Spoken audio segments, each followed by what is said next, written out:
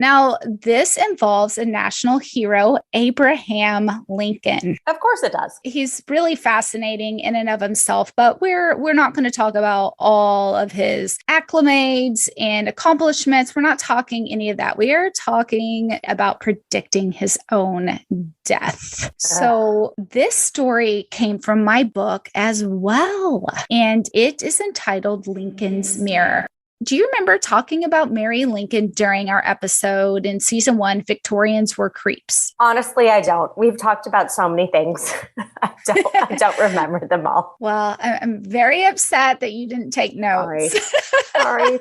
All right, everyone, you need to take notes. It's going to be a term paper at the end here. So basically, Mary Lincoln was into spirit photography, and there is a famous photo of I do remember now. Now that you say the photography. Mm-hmm. Now, of course, that was deemed to be a hoax, but at the time she full on believed it. And she was really into the supernatural and got into spiritualism after her son died in 1862. He actually died while Lincoln was in the White House and just a few years before Lincoln's assassination. Now, Monica, would you do me the honors of reading the little excerpt from my book about Lincoln's mirror? Of course. After Abraham Lincoln was elected president in 1860, he looked into a mirror on his bureau and was surprised to see two reflections of himself. One was his regular, healthy face. The other was sickly and had a deathly pallor. Mary, his wife, interpreted the strange vision to mean that her husband would be healthy through his first term of office, but would die during his second term. Abraham Lincoln was assassinated during his second term of office. Did he know all along that he would die? Mom, that's so creepy. It is really creepy. And also, Mary, sugar pie hole, I see two visions. Don't be telling me I'm going to die. Like what? I don't know. What but? What but? Yeah. I mean, Mary, quite contrary. So again, this is not going to be about Lincoln because I have so many comments beyond that one. I think that's kind of telling. So now this was a vision that he saw. He literally looked in the mirror and I thought to myself, did that actually happen? Did Lincoln actually look in the mirror? Or is this, a legend?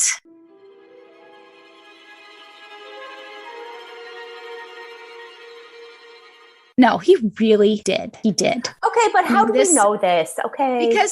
Because it's accounted for in diaries and stories from people then. That's why. How anything could have really happened. I need two corroborating witnesses. Okay, and I'm sure that you would find them. But again, I didn't want to go down that rabbit hole other than the fact, I got this story from thehistorychannel.com about him really seeing this. All right. And I think the reason that we know that it happened is because Mary went around talking about it. He obviously told his wife, so it's not a dream. But when things happen to me that I think are a little crazy, which are usually my dreams. So I understand, when you see something that's unexpected, unique, and very peculiar, a lot of times your spouse is the first person you tell. Absolutely. We know that what he saw before was a vision, but Monica, he really did have a dream about his death.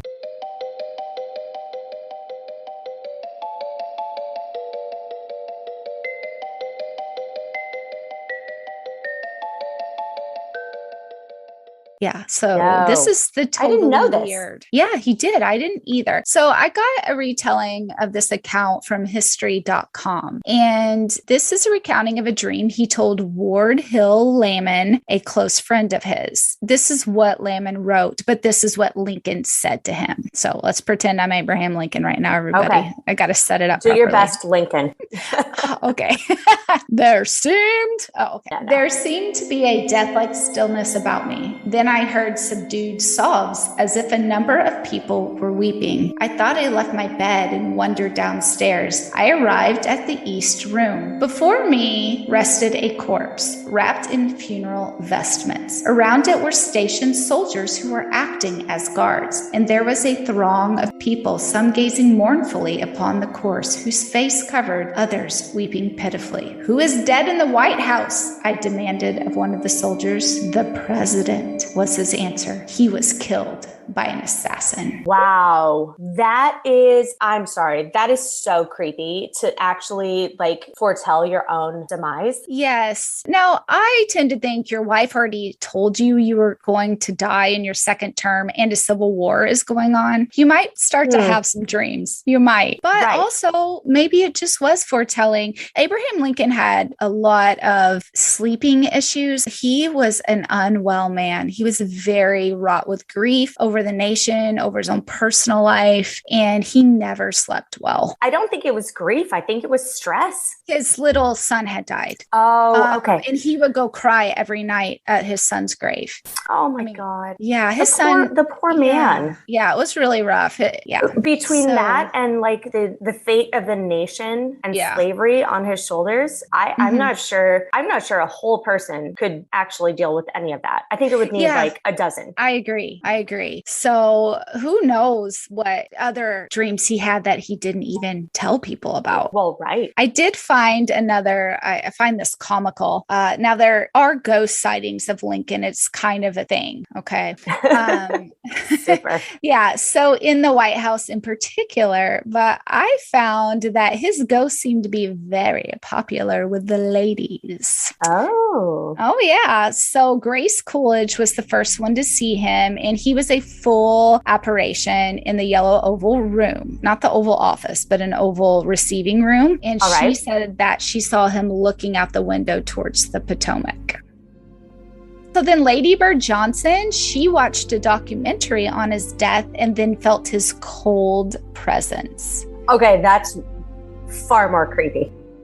Yeah, right. But also, wouldn't you be putting that in your own head? I don't know. This next story is my favorite of all the stories I'm going to tell, honestly, with sightings of Abraham Lincoln. So Queen Wilhelmina of the Netherlands visited during FDR's presidency. So one evening, she heard a knock at her bedroom door, and when she opened it, there stood President Lincoln, top hat and all. You know what she did? What? She promptly fainted. Can you imagine seeing a ghost and it's so creepy you faint at the White House? So she was visiting the White House. I think that's the part that I missed. Yeah, she was visiting the White House. No, he did not hop on that's the part that I missed in this little story. Yeah. Okay. So everyone knows all the rest of them. This is just the White House sightings. There are other sightings of his ghost, but these are just the White House ones I'm sharing. More sightings? Oh, God. More sightings. So Eleanor Roosevelt used his bedroom as her study, and she said she never saw him, but she could feel his presence peering over her shoulder as she wrote. I mean, he sounds like such a creepo when they tell these stories. But what ghost isn't a creepo? I know, but I'm thinking of Abraham Lincoln, and I'm like, he is not creeping on you. But he probably is, if he's a ghost, I guess. Even her secretary, Mary Aben, saw Lincoln putting on his boots. And it was so scary, it caused her to run screaming out of the room. Wow. Yeah, so he's a scary ghost. But if you think about it, he was kind of tall, and it wasn't like he was super good looking or anything. And I could imagine as a ghost, he is beard, probably... the top hat, the black suit. If that's how they're seeing it, that would be kind of creepy. And especially if you're not thinking about Lincoln, he could be some sort of henchman. Right. I didn't think of that. You're right. Oh, that would be. Because we're Eleanor Roosevelt and Mary Eben, they're so far removed from Lincoln. Yeah, they're in his bedroom using it as a study, though. I feel like I'd think about him. I don't think I would. Especially not after the first couple times. Yeah. So I feel like the Roosevelt, like most people, that's the administration. And maybe because it was so long, was where the most sightings was during the administration. Harry Truman's daughter heard him rapping at the door. And then the last sighting of his ghost in the White House was in the early 1980s, and that was by a man. All right. We've got just a little bit of the show left, but right now we're going to ask for your help. Friends, if you love this episode, don't forget to subscribe and leave a 5-star review. You can do that on Apple or Spotify. Awesome. If you want more Two Monicas and a Microphone, follow us on Instagram at Two Monicas Podcast. That's with the number 2. And don't forget to hit that share button and send this episode to a friend who might enjoy it as much as you do.